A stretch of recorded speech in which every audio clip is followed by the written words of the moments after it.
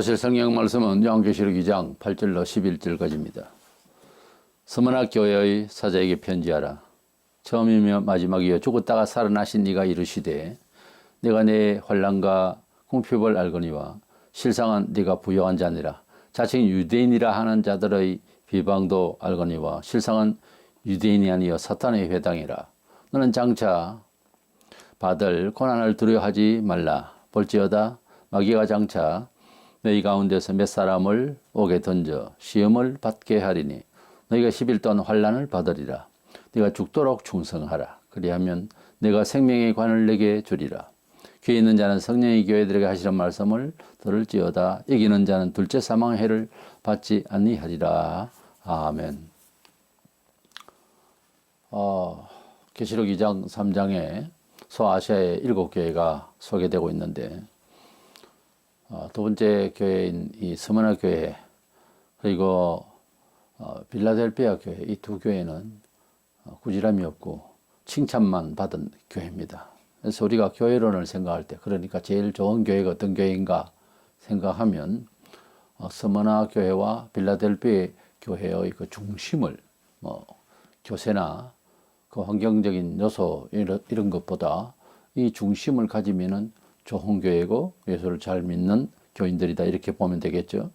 그래서 오늘은 이 칭찬만 받았던 스무나 교회를 둘러보고자 합니다. 먼저 이 스무나 교회는 굉장히 환난과 핍박이 심했지만은 그래서 경제적인 또는 외부적인 이런 요건들이 상당히 약해 보이는 이런 교회지만은 그러나 주님께서는 그들의 영혼 상태와 그들의 믿음은 부요해서 실상은 부요한 교회라고 그렇게 칭찬을 해주신 그런 교회입니다.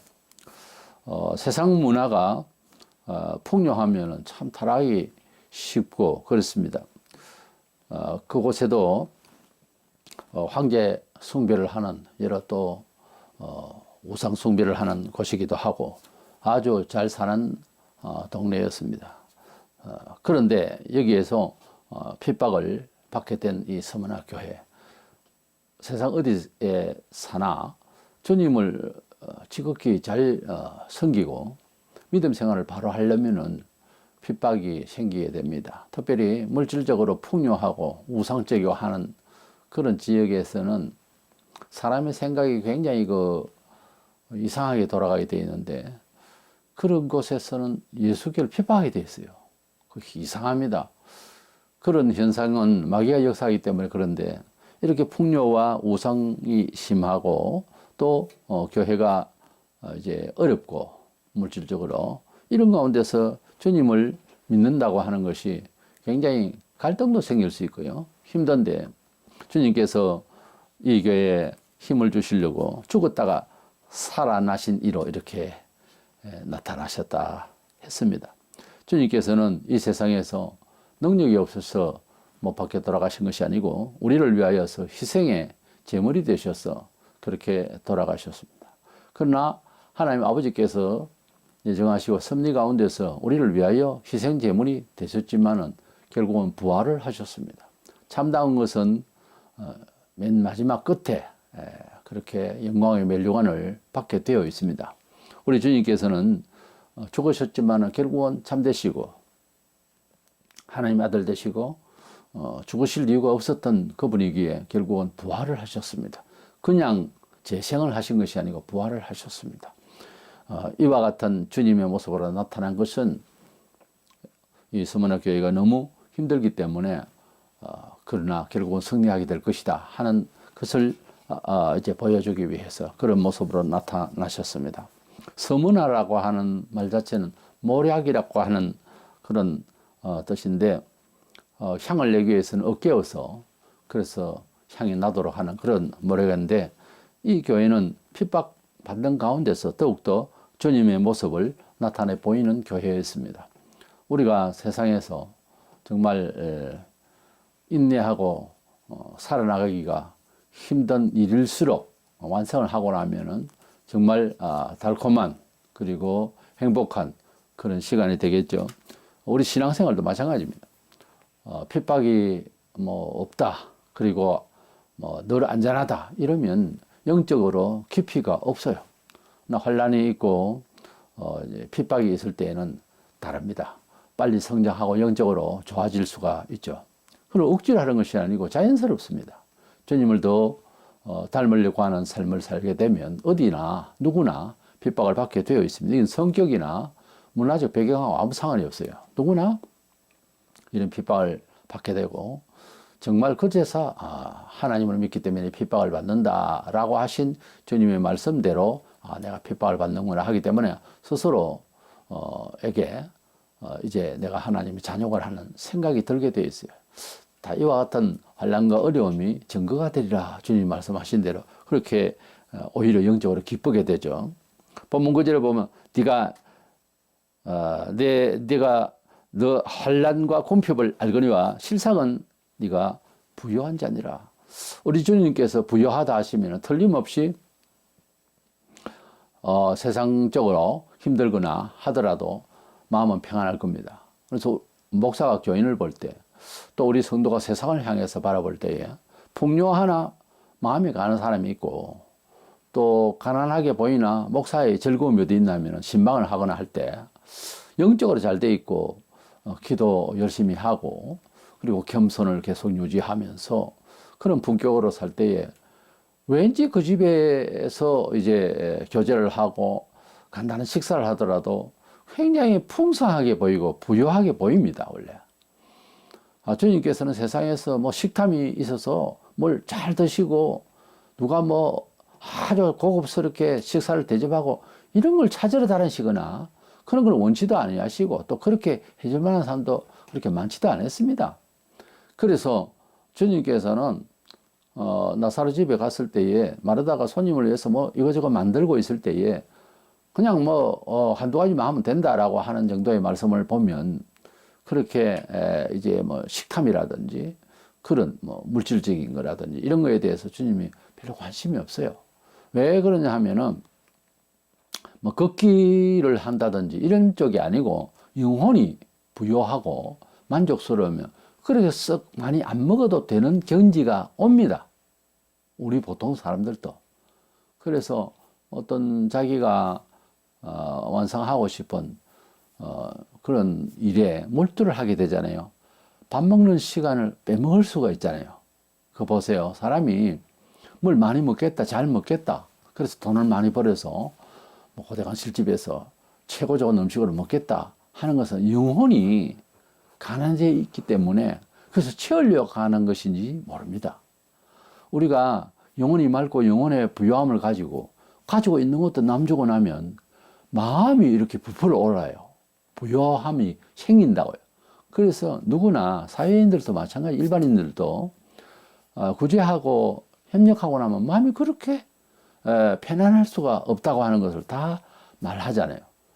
이 원리는 영적으로 얼마든지 체험하게 되는 거고 가능하게 되는 거고 또 그렇게 될 수밖에 없는 거예요. 결국 그 단계에 가면 사람이 사는 이유가 뭐냐? 행복하기 위한 것이다. 그러면 그 행복이 어디서 오느냐? 나를 위해서 채우는 것은 행복하지 않아요. 또 궁극적으로 내 육신을 위해서 꾸미고 성형을 하고 그냥 뭐 명예도 없고 내 몸에 채우는 것은 이게 속이 허해서 그래요. 영혼이 풍요해지면 별로 그게 간섭하지 않습니다. 별로 요구치 않아요. 그 우리가 얼마든지 경험들을 다 할 수가 있는 거거든요. 지금 이 서문화 교회가 바로 그런 교회예요. 우리가 가난하게 보이고 문화적 배경이 좀 약하고 이래도 항상 밝은 사람이 있는가 하면 그래서 만족하고 감사할 수 있는 사람이 있는가 하면 뭘 많이 채워놨는데도 언제나 불만의 얼굴이고 그런 얼굴도 있거든요. 얼마든지 우리가 접할 수 있잖아요. 그래서 우리가 영적으로 부요함을 얻게 되면 그리고 간직하게 되면은 그렇게 별로 세상이 더럽지 않다. 우리가 마음을 지켜서 하나님 앞에 감사할 수 있다 하는 점을 우리가 힌트를 얻을 수가 있습니다. 문화 번영이 기독교 신앙의 궁극적 목표처럼 70년대 중후반부터 우리 교회가 너무 한국 교회가 물질 성향으로 그렇게 편만해져 버렸어요. 그래서 자연히 처음 뭐 잘 모르니까 처음 오는 교인들이 처음 보고 복을 비는 곳으로 그렇게 알고 소위 기복주의 신앙으로 이렇게 수십 년을 가다 보니까 한국 교회는 뭔가 보이는 교회와 보이는 물질적인 복과 무슨 보이는 그런 은총이 아니면은 하나님을 잘 못 믿는가 하고 스스로도 갈등을 하게 되는, 아니 그렇게 이해하게 되는 이런 기복적 신앙이 된다면은 정말로 이것을 가르치는 자가 크게 잘못한 거고, 또 그 교회를 다니면서 얼마나 영적으로 타격을 받는 겁니다. 밖으로 우리가 아무리 좋은 것을 옷을 두 벌 세 벌 거친다 한들 죽는 날에 과연 하나님께서 너 그 옷으로, 그 명예로, 너 그 건강으로, 너 자태로 뭘 했느냐를 물을 때 무슨 소리 할 거예요? 나 혼자 잘나서, 나 혼자 잘 먹고, 그게 그렇게 지금 괜찮은 것 같아도 언젠가는 우리가 떠나잖아요. 그랬을 때에 물으시면, 그걸로 너 뭐 했냐고 물으시면은, 아니 그냥 그 뭐 필요해서 다 준비하고 채웠습니다, 이럴 거요. 뭔가 우리에게 주셨을 때는 그 달란트가 한 달란트든지 두 개든지 다섯 개든지 간에 주인을 위해서 어떻게 써야 되거든요. 어차피 이 세상은 눈 깜짝할 사이에 다 지납니다. 때문에 안전하서나 무슨 일을 당하든지 주님이라시면 주님께 내가 어떻게 하는 걸 선택을 하고 어떻게 이루어가는 방식을 찾고 하면 좋을까, 이런 고민을 먼저 하고, 그리고 주님이라면 어떻게 하실까 최종적으로 그렇게 결정을 해서 하나하나 생활을 하는 거예요. 그렇게 너무 깝깝하게 생각하고 너무 그렇게 종교 철학적으로 살면 뭐가 재미있냐 이렇게 생각할지 모르지만은 우리 마음대로 살아봤잖아요. 세상 우리 마음대로 살고 있잖아요. 근데 뭐 남는 게 있어요? 그럼 세상 뭐 그렇지 뭐 또 이렇게 나가네? 그러니까 너무 막 살고 말이죠. 무의미하게 육신의 본능대로 상대의식을 가지고 잘난 척하고 잘 먹어보겠다고 그러고, 그렇게만 하다가 보면은 영혼이 메말라져요. 그럼 어떤 극단적인 상황이 오면은 영혼의 의지가 부족하기 때문에 그냥 좌절합니다, 사람이. 그래서 물질적으로 의존하고 자랑하고 하는 그것은 특별히 기독교 신앙에서는 그것이 궁극적인 목적은 아니라고 하는 사실. 그래서 세상의 풍요에 정신을 두고 그냥 이게 잘 사는 건가, 이게 예수님을 잘 믿은 결과다, 이렇게 뭐 흔히 지금은 그렇게 말하고 있어요. 그렇게 생각하는 게 나중에 나오시더만은 3장 끝에 라오디게아가 그랬어요. 풍요하지만은 이건 믿는 건지 안 믿는 건지 모르겠다는 거예요. 물질 풍요가 많지만 영적으로는 굉장히 가난해 있는 그런 교회가 이제 상대적으로 보이고 있죠. 그래서 이 서머나 교회는 연약하지만 마음에 풍요한, 이거는 억지의 위로가 아닙니다. 실제를 말합니다. 실제 풍요하다는 거예요. 주님 어떻게 하세요? 우리는 이 정도에도 주님 감사하고 있어요, 이렇게 말할 그런 교회라 그 말이에요. 우리가 삶을 살아가는데 뭐 어떤 정도에서 살든지 그 정도 반응으로 주님께서 말씀하실 때, 네 맞아요 주님, 우리는 마음이 풍요해요 지금, 그걸 어떻게 하세요? 뭐 할 정도로 삶을 그렇게 살면 얼마나 좋겠습니까?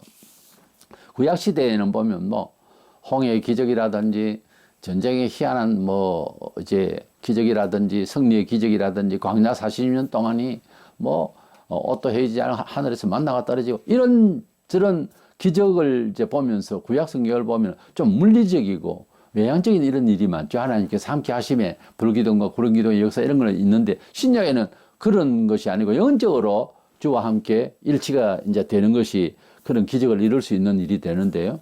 그런 구약 시대 때 모든 사람은 잘 믿는 것은 부자가 되고 뭐 이렇게 생각을 할 것 같은데, 그렇지 않는 경우를 이렇게 순간순간 구약 성경에 나오면서, 그리고 하나님께서는 사실 그러한 가운데서도 하나님을 가장 잘 섬기는 참된 영적 가치를 항상 이야기하고 있고 그랬습니다. 뭐 믿음이 연약하고 하는 일반 백성들이 보통 물질적이고 물리적인 것을 원하지, 하나님의 진짜 참된 종과 진짜 잘 믿는 은총 받아야 할 백성은 그렇지를 않았어요.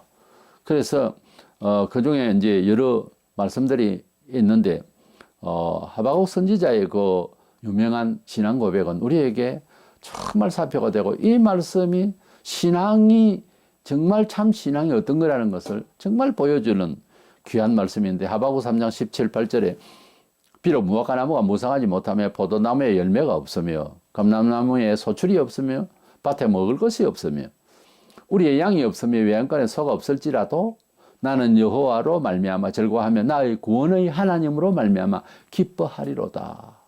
이렇게 하박국 선지자는 남들에 비해서, 다른 집에는 그냥 양이 새끼를 많이 넣고 뭐가 많은데 우리 집은 없다 이거야. 소출도 적고. 그래도 여호와 하나님으로 말미암아 나의 구원의 하나님으로 말미암아, 우리 식으로 말하자면 하나님이 내 아버지가 되시고 주님이 내 친구라 하셨으니 얼마나 감사한가. 이렇게 감사할 줄 알고 기뻐할 줄 아는 마음이 평생 갈 수 있다면 얼마나 좋겠습니까?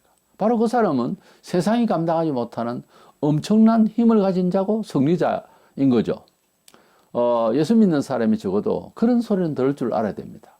인생을 살면서 성공은 했는데 가정이 실패했다든지, 목회는 성공했는데 사람이 막 아주 크게 뭐가 잘못돼 가지고서 인생 성공한 것 같아도 승리는 못했다, 이런 식으로 들어버리면 안 된다는 거죠. 시골교회 목사로서 혹은 작은 그런 사역자로서 일을 해도 참 그분을 생각하면 예수님을 보는 것 같다, 이 소리를 들어야 되는 거예요. 우리는 너무 물리적이고 그런 유물사관이 편만에 있는 이런 세상에 젖어버렸어요. 서마나 교회는 바로 하박국 선지자가 고백한 그런 신앙으로 이제 잘 살고 있었습니다.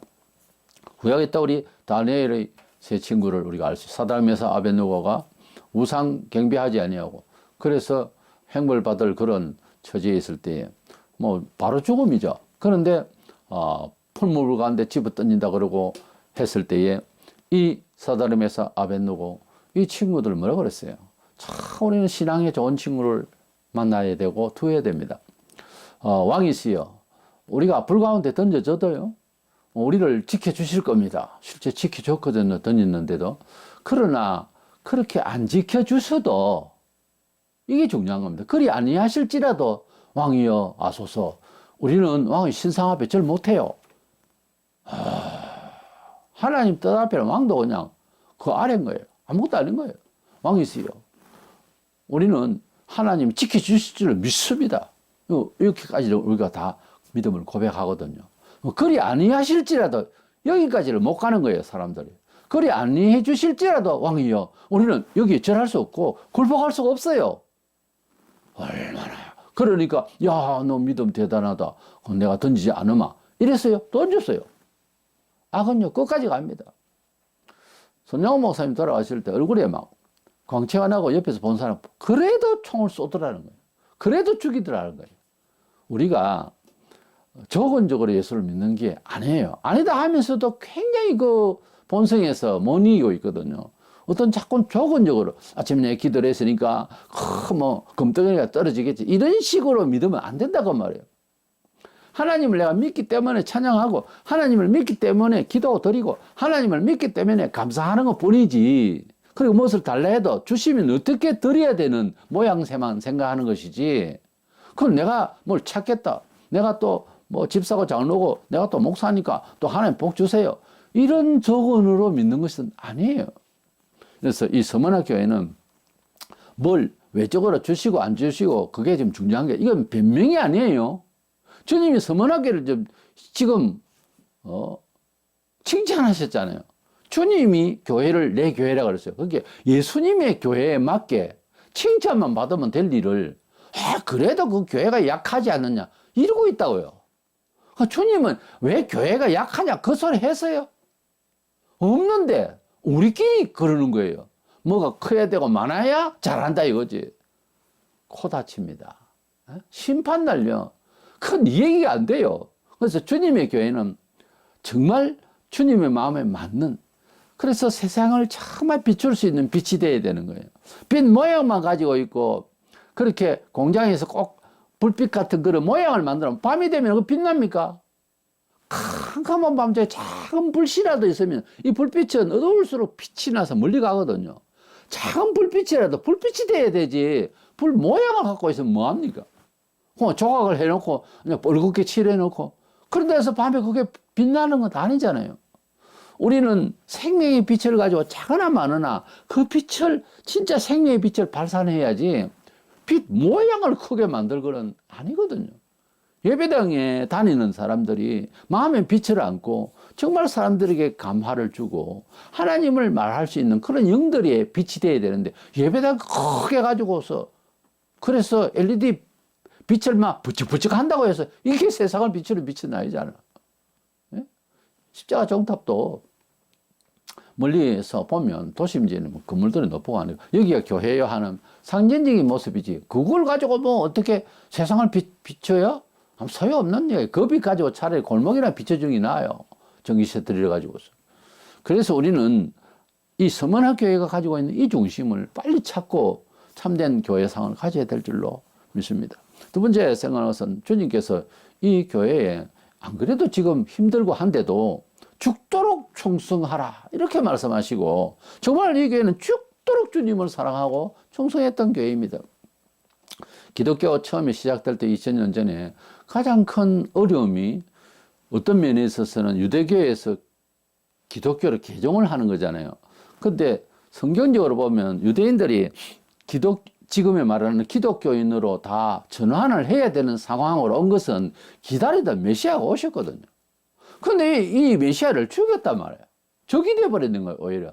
사람이 무엇을 기다렸으면 반겨야 될 것 아니에요? 꼭 필요했고, 그렇게 애타게 기다렸으면 왔으면 얼싸안고 반겨야 되는데, 거부했다고 하는 것은 잘못 기다린 거예요.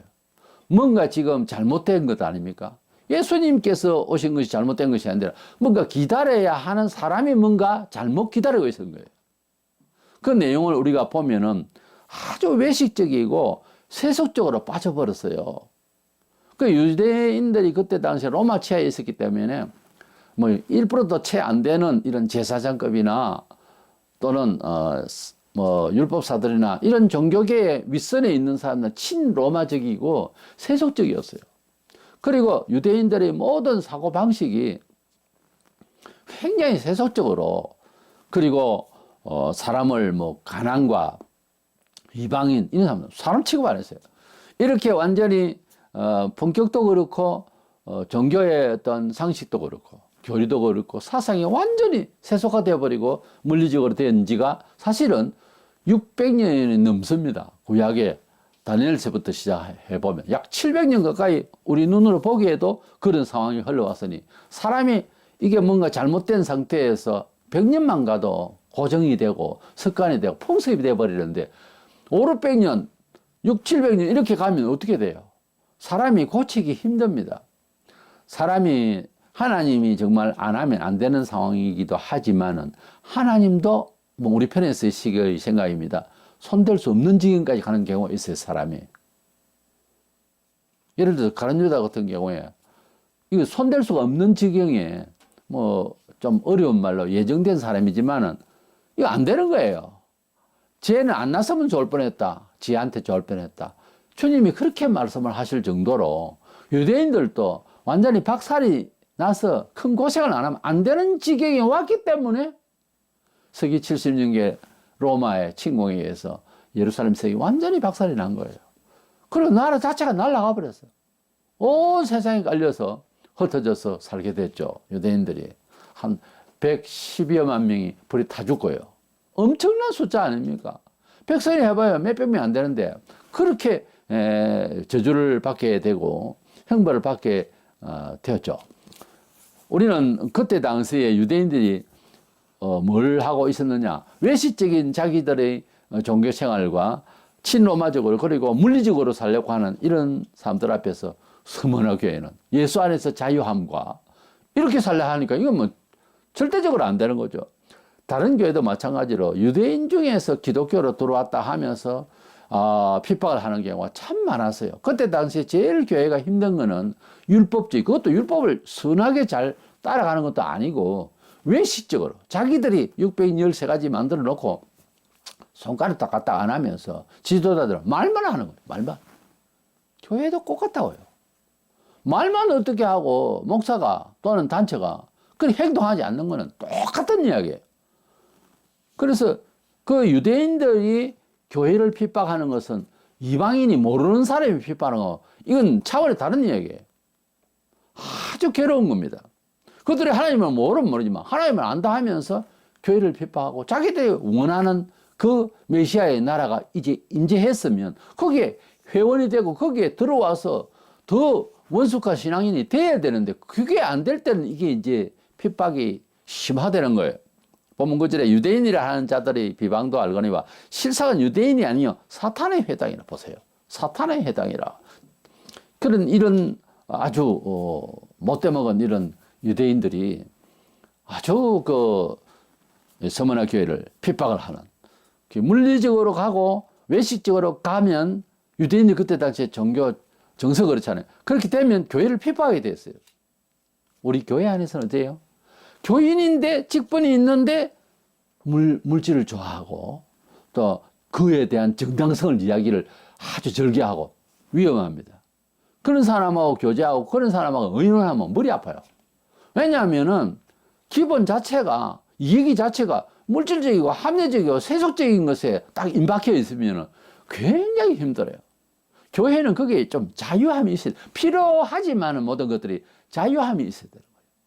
그것 때문에 실수를 하면은 정말 충격이 심해요. 남들로부터도 저 사람은 물질을 너무 좋아한다. 이 한마디 들어버리면은 특별히 직분자들은 맥을 못 줍니다. 교회 안에는. 교회 안에는 영이 껴있는 사람이 있거든요. 우리는 참 그것을 조심하죠. 이래서 언제라도 평가를 받을 때 성도는 어떤 직분자든지 간에 그냥 하나님의 뜻을 생각하는 분이라고. 이게 이제 돼야 되는 거예요. 핍박을 받아도 그거는 꼭 갖고 있어야 되고, 그리고 정말 막다른 골목에 서면 일반 성도라도 꼭 그런 사람을 찾아서 상담하기를 원합니다. 합리적이고 대화가 되고 이런 사람은요, 극단적인 상황에 딱 가면 하나님을 찾는 버릇이 안 돼 있기 때문에 이 극단적인 상황이 자기가 상담해 줄 단계를 넘어서 있기 때문에 감당을 못 해요. 때문에 우리는 하나님 앞에서 옳다함을 인정받아야 될 줄로 믿습니다. 우리는 이런 서머나 교회가 이제쯤 이제 고생 많이 했고 잘 사니까 이제는 물질적으로도 좀 잘 돼야 되겠다. 이렇게 보통 생각하기가 쉽거든요. 그런데 이 교회가 지금 칭찬받고 영적으로 잘 되어 있는 게 분명한데도 핍박이 너무 많은데도 보면 10절에 마귀가 장차 너희 가운데서 몇 사람을 옥에 던져 시험을 받게 하리니 너희가 10일 동안 환난을 받으리라. 아니 이렇게 핍박을 받고 있는데도 또 핍박이 또 올 것이다는 거예요. 원래 잘 달리는 말에게 채찍질을 한다는 말이 있어요. 이게 말이 안 되고 하는 데는 청구한다고 해도 안 되는 놈은 안 되거든요. 근데 더 잘하고 있으니까 정말 잘 믿고 있으니까 그런 가운데서도 또 핍박이 또 더 있을 것이라고. 사실상 그렇게 핍박을 받을 수밖에 없는 영적인 환경적인 요소가 그대로 깔려 있어서도 그럴 수 있지만은 어떤 면에 있어서 내면적으로 하늘의 상을 더 주기 위해서 더 그렇게 핍박을 허락한다고 봐야 할 겁니다. 하나님은. 그러니까 하나님은 당신의 사랑하는 자들마다 채찍질 하시라니 그런 말씀 있잖아요. 히브리서에.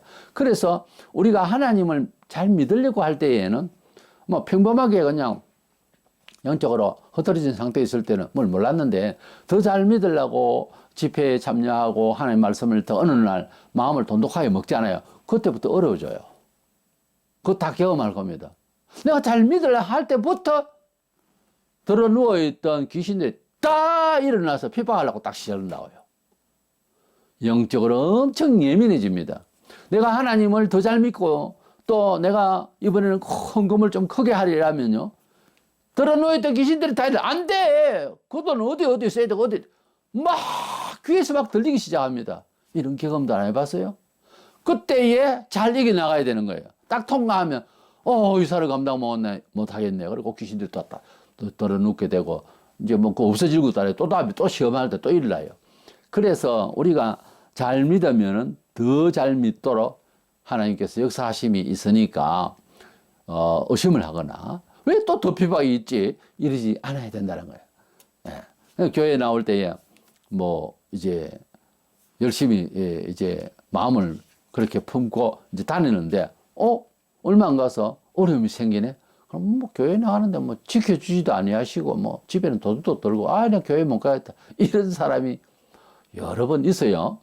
그런데 그때에 어떻게 하나님 앞에 정말 하나님을 그 물질적인 것, 환경적인 요소보다 더 생각하고 너 영혼을 구원받기를 정말 마음 깊이 생각하는지를 하나님께서 시험하시는 경우거든요. 근데 그걸 통과하지 못하면은 그냥 다녀본들 시험 한 번도 없는 게 좋아요? 안 그렇다고요. 우리 학교에도 공부를 잘 하는데 선생님 미워서 아니고 시험 치잖아요. 잘 듣고 있는지, 그리고 어떤 방향으로서 시험을 잘 보고 있는지, 그걸 이제 밝히기 위해서 시험하는 거예요, 원래는. 시험은 어떤 면에서 선한 거예요. 뭐, 직업이나 뭐 성진, 이런저런 걸 위해서 시험한다거나 좀 문제가 좀 다르지만 학교에서 매번 시험 치는 것은 우리를 관리하시는 선생님의 교육의 방안이라고요, 그걸. 하나님께서 우리에게도 그렇게 하신다 이거죠. 사도 요한의 직계제자 폴리갑이라는 유명한 속사도가 있는데 그분이 이제 결국 잡혀서 화형을 받게 되는데 86세에 그 친구가 이제 아주 그 권위 있는 친구가 있어서 자네 살아날 수 있다고 그렇게 이번 기회에 이렇게 좀 마음을 바꿔먹고 살 수 있도록 내가 해주겠다 그러니까 평생 주님을 섬기면서 주님이 날 버리지 아니하셨는데 내 이제 와가지고 이 나이에 뭘 배신을 하냐. 난 그렇게 못한다. 친구가 빼낼 수가 있었는데도 마다하고 화형을 받고 순교를 결국 했다고 하는 놀라운 사실이 이 서머나 교회 교인들의 그 심정이라고 하는 것이 그렇게 믿음이 물질보다 생명보다 중하다고 하는 이런 생각을 간절히 가지고 있는 이런 신앙인, 그것은 우리가 2000년 기독교 역사에 많이 있죠. 특별히 우리 일제 때에 많은 선교자들이 있었습니다. 이름을 거명할 수 없는, 또 이름조차도 없는 그런 남기지 않은 소수는 알겠지만 일반 성도들도 많이 죽었습니다.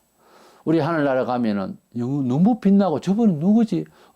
이 사람은 일반 서리집사고 이 사람은 교회 나온 지 원래 얼마 안 돼서도 그때 그렇게 순교를 당한 자라고 주님이 알게 하실 거예요. 정말 뭐 고개가 숙여지죠. 좀 상상만 해도 우리가 그 모든 형제들을 만나게 될 것인 것입니다. 우리 믿음의 선진들이 다 죽음을 각오하고 믿었습니다. 기독교는 사실 일사각오의 신앙입니다. 본문 10절은 네가 죽도록 충성하라. 그리하면 내가 생명의 관을 내게 주리라. 그렇게 말씀하셨어요. 죽도록 충성하라 할 때 피스티스라고 하는 이 충성이라는 말은 믿음이라는 단어입니다. 단어를 찾아면 피스티스로 되어 있고요. 충성이라는 단어도 찾으면 매 그 자리에 피스티스로 갑니다.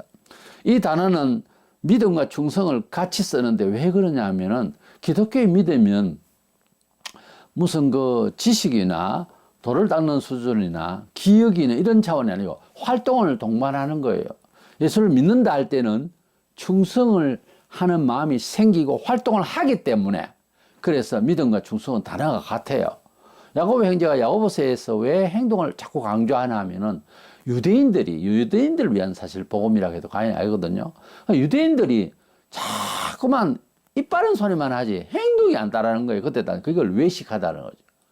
그래서 신행 일치가 안 되고 오히려 자꾸 말만 그렇게 하니까 거짓말쟁이가 되는 거예요. 거짓말 내용이라는 것이 아니고 자꾸 그렇게 말하고 그렇게 행동하지 않아요. 그렇게 하나님께 나오지 않으니까 이것은 거짓말이 되는 거잖아요. 그래서 사람이 말을 해놓고 안 지키니까 그 내용은 반듯하고 좋을 줄 몰라도 거짓말이 돼버린 거예요. 혈액이 없는 말같이 돼버리잖아요. 그게 결국은 거짓말이 되잖아요. 이래서 유대인들이 가지고 있는 기질이 그런 정신세계를 가지고 있었다는 거죠. 믿음이라고 하는 것이 충성으로 나와야 되는데 왜냐하면 단어가 같아요. 그래서 믿는다 할 때는 잘 믿는다 할 때는 충성을 활동하게 활발하게 하고 있다는 거예요. 저 사람 참 믿음 좋다. 꿈을 뭘 꾸고 환상 이야기를 하고 다 그 소용없는 이야기예요. 꿈을 이야기하고 환상을 이야기하고 뭐 따따따떼떼떼 말도 대단하니 방언한다 그러고 이런 사람하고 교제하지 마세요.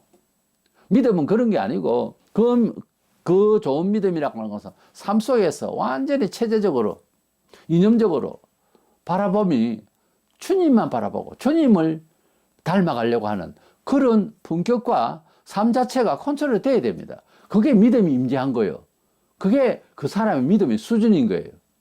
그래서 간단한 겁니다. 예수 믿은 지 얼마 됩니까? 예, 평생 믿었습니다. 지금 뭐 합니까? 서리집사입니다. 그건 뭔가 잘못된 거예요. 평생을 처음부터 믿었으면은 지금 중직을 가지고 일을 해야 될 것 아니에요. 제 말에 동의를 해야 됩니다. 믿음을 가지면 활동이 있어야지. 그래요? 그러면 예수 믿은 지 얼마입니까? 10년입니다. 뭐 했습니까? 아무것도 안 합니다. 이게 말이 안 되는 거예요. 우리가 예수님을 믿었으면은 그 믿음의 이력에 대해서 A4 용지에다 쭉 한번 써보세요. 뭐 했는지. 아무것도 안 했다면 당신 아무것도 안 믿었어요. 하나님을 참 믿었다고 할 때는요, 그 믿음이, 이거는 책에도 안 나옵니다. 그러나 성경에는 여실히 나옵니다. 활동이 생겨요. 뭔가 핍박이 있거나, 뭔가 대처한다고 아픔이 있거나, 별의별 일이 다 생겨요.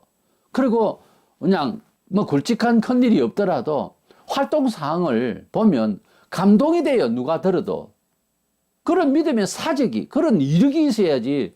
믿음 생활 몇십 년 동안 뭐 했어요? 밥 먹고 산다고 바빴어요?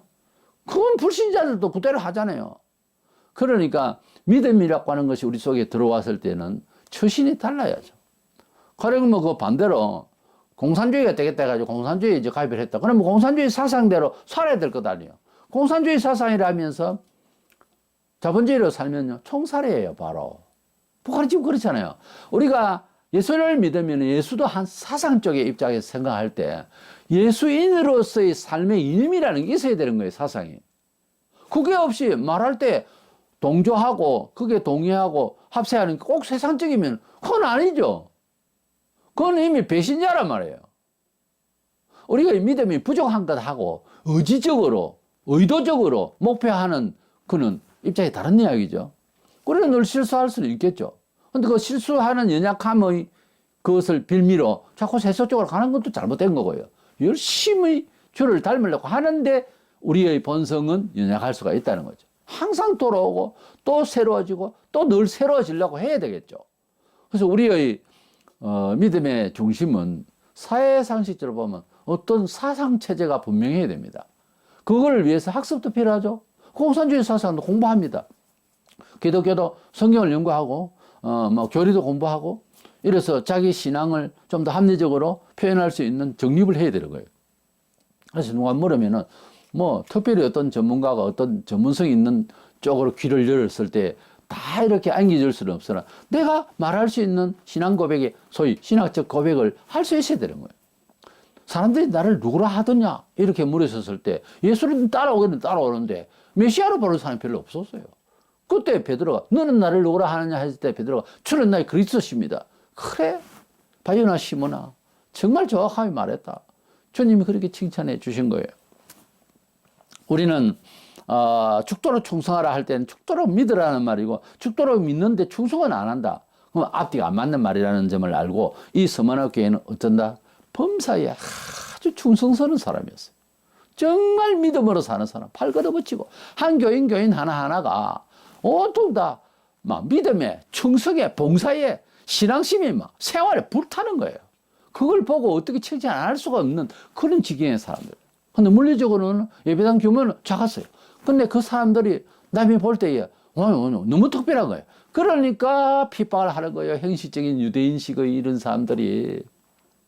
그래서 이런 내용을 보면서 우리가 참된 믿음을 가졌느냐 반성할 때 참된 충성심이 생활 속에서 반영되고 있느냐 하는 것을 우리 반성하면 간단한 이야기입니다. 죽도록 충성하라.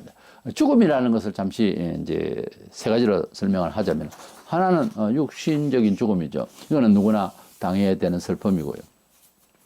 두 번째는 하나님과 우리 사람 사이에서의 교제가 이루어져야 되는데 불신자들은 에베소 2장 1절에 보면 죄와 허물로 죽었다 하는 상태를 말해요. 살았다 하는 이름은 가졌으나 죽은 자로다 하듯이 우리 사람이 살아있으나 죽은 그래서 꽃 밭에서 꽃을 매송이를 잘라서 꽃병에 꽂았지만은 거기에서 자라고 있는 것과 여기에 있는 것은 이제 생명이 다르죠. 이건 얼마 안 되면은 이건 뭐 꽃다발을 만들고 이럴 때 금방 시들어지잖아요. 지금만 되면 다 시들어지는데 우리가 살아있으나 우리는 뭐 요새는 백세를 누리니 어쩌니 하는데 하나님은 사람을 만드실 때 DNA와 이 기능상 영원토록 살 수 있도록 만드셨다고 원래. 근데 우리 사람이 아담은 930살까지 살았습니다만 그건 영혼은 아니죠 일단은. 왜냐하면 원죄를 지어서. 그런데 우리 사람은 영원토록 살게 돼 있는데 뭐 800살, 900살 이렇게 살던 그때 옛날 사람들이 지금 100세를 누리면 너무 아깝다 그렇게 생각할 거예요. 왜냐하면은 100세를 누리는 사람이 10살도 안 돼가 아기가 죽으면 너무 아깝다 하는 거하고 비율 그렇잖아요. 10대 1이잖아요. 그렇잖아요. 900살 사는 사람이 지금 90살 사는 사람 뭐 장수가 아니잖아요. 그와 같이 우리 사람이 사회적 의식이 그런 것이고 물리적으로 의식이 그렇지 우리 사람이 너무 짧게 살고 있습니다. 우리 사람이 100세를 누리는 거면 대단한 것 같이 생각. 뭐 그래서 가짠 약도 먹고 음식 먹고 해서 오래 살겠다. 오래 산들 200살까지 사세요 그러면. 그게 영혼에 비해서 또 영혼도 아니고 옛날에 600세, 800세, 700 엄청 많아요. 900세, 969살까지 머두셀라는 그래 거의 1000년을 살았는데 학보다도 인생이 짧고 코끼리보다 짧게 살면서 대단히 오래 사는 사람 마냥 그렇게 또 살려고 하는 그 자체는 사람의 진짜 종기성에 대해서 몰라서 그러는 거예요. 하나님과 영적으로 교제가 되고 지식이 이렇게 소통이 안 되니까 두절이 되니까 이거는 살아있는 게 아니고 죽은 거예요. 사람이 사는 것 같아도 제대로 못 살면 죽은 것과 똑같은 겁니다. 요한복음 3장 19절에 보면 그 정죄는 이것이니 곧 빛이 세상에 와서되 사람들이 자기 행위가 악함으로 빛보다 어둠을 더 사랑한 것이니라. 하나님께서 저주하시고 벌 내리시고 우리의 영적 상태가 죽은 상태인데 이것은 하나님의 빛, 생명의 빛, 참다운 말씀, 정의의 말씀, 진리의 말씀보다 세속적이고 합리적이고 요리조리 피할 만한 그런 이야기가 많은 세상에 이 편리한 요런 아주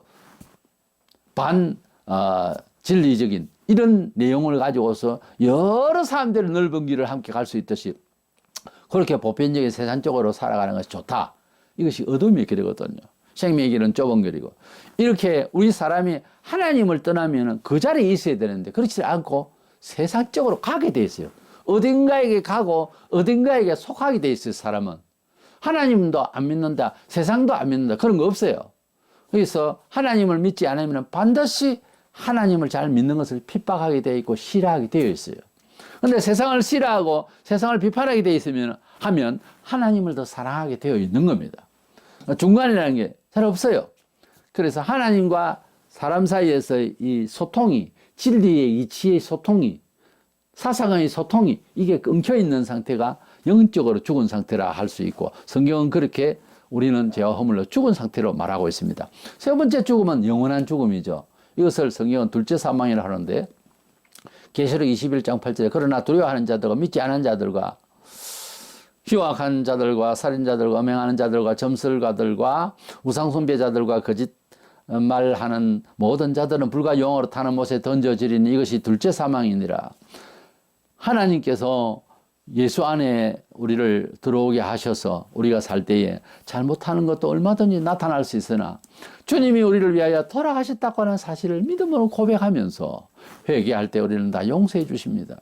여기에 보면은 신자들도 얼마든지 지을 수 있는 뭐 우상숭배까지는 뭐 잘 안 짓겠지만 다른 거는 좀 이렇게 많이 지을 수 있는 이런 일들이 있거든요. 그러나 이것이 예수 안에서 회개를 다 하면은 다 구원을 받을 수가 있는데 여기에 사람들은 다 뭔가 하면 그런 죄를 짓고도 회개를 못 했으니까 그 죄를 안고 가는 거예요. 대표적인 죄들만 기록하는 거예요. 그래서 이 불신자의 세계에서 이런 죄를 짓고 있다가 속죄 못 받아서니 어디 간다? 둘째 사망, 불과 영으로 타는 못에 들어가게 된다 하는 겁니다. 이래서 죽음은 뭡니까? 육체적인 죽음도 있고 또 영적으로 죽음이 있고 그 다음에 영원한 사람이 한 번 죽지 두 번 죽나 그렇게 말하잖아요. 두 번 죽어요. 한 번은 육신적인 죽음이 있지만은 영적으로 엉켜있는 이 죽음 가운데 있다가 마지막 번째 영원한 멸망의 죽음이 있습니다. 그때는 다시 죽지도 못하고 살아서 계속해서 고통을 받아야 하는 영원의 죽음입니다. 우리가 진정으로 예수님을 믿는다면은 이런 시대에도 우리는 서머나 교회처럼 목숨 걸고 죽도록 충성하라. 믿으려고 하면 아주 목숨 걸고 믿으라 그 말입니다. 그 말씀대로 우리는 살아야 됩니다. 본문 11절에 귀 있는 자는 성령이 교회들에게 하시는 말씀을 들을지어다. 이기는 자는 둘째 사망의 해를 받지 않으리라. 지금 이 서머나 교인들은 세상적으로 육신에 너무 고통을 많이 받고 있습니다. 그러나 둘째 사망의 해는 받지 않으리라. 이것이 우리에게 큰 위로가 됩니다. 우리는 세상에서 해를 받고 마침내 몸까지 이제 찔림을 받아서 핍박을 받아 순교까지도 할 수가 있습니다. 큰 해를 받는 거죠. 그러나 둘째 사망의 해를 받지 아니하리라. 우리는 하나님 앞에서 둘째 사망의 해를 받지 않기 위해서 예수를 믿고 둘째 사망의 해를 받지 않기 위해서 우리는 주님의 뜻대로 살다가 핍박을 받습니다. 서머나 교회에게 이렇게 안위의 말씀 주시고 성령이 교회들에게 하신 말씀을 잘 듣고 둘째 사망의 해를 받지 않도록 하시는 하나님의 약속을 믿고 첫째 사망에 대한 육신의 이 고통은 이 해는 그래도 주님의 뜻대로 잘 유도해서 이겨나가야 될 것인 것입니다. 지금도 이 서문학 교회는 다른 교회 이름들은 다 없는데 이점일이라고 하는 지금 현 지역에 거기 가면은 서문학 교회 교회명이 그대로 지속되고 있어요. 그거 보세요. 하나님께서 아무리 큰 교회가 에베소 교회니 뭐 라오디게아 교회 해도 다 그 이름 없어지고 그 교회 없어요.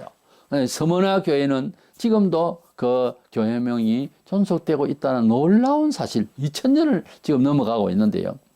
시편 119편 71절 베드로전서 5장 10절 등에 정말 하나님의 말씀은 고난 중에 깨닫게 되고요. 그러나 그 고난은 잠깐이라고 베드로는 우리를 위로하고 있습니다. 고린도전서 10장 13절에 하나님은 시험 당할 점에 또한 피할 길을 내사 너희로 능히 감당하게 하시느니라. 우리가 감당을 못해서 순교는 하는 거 아닙니다.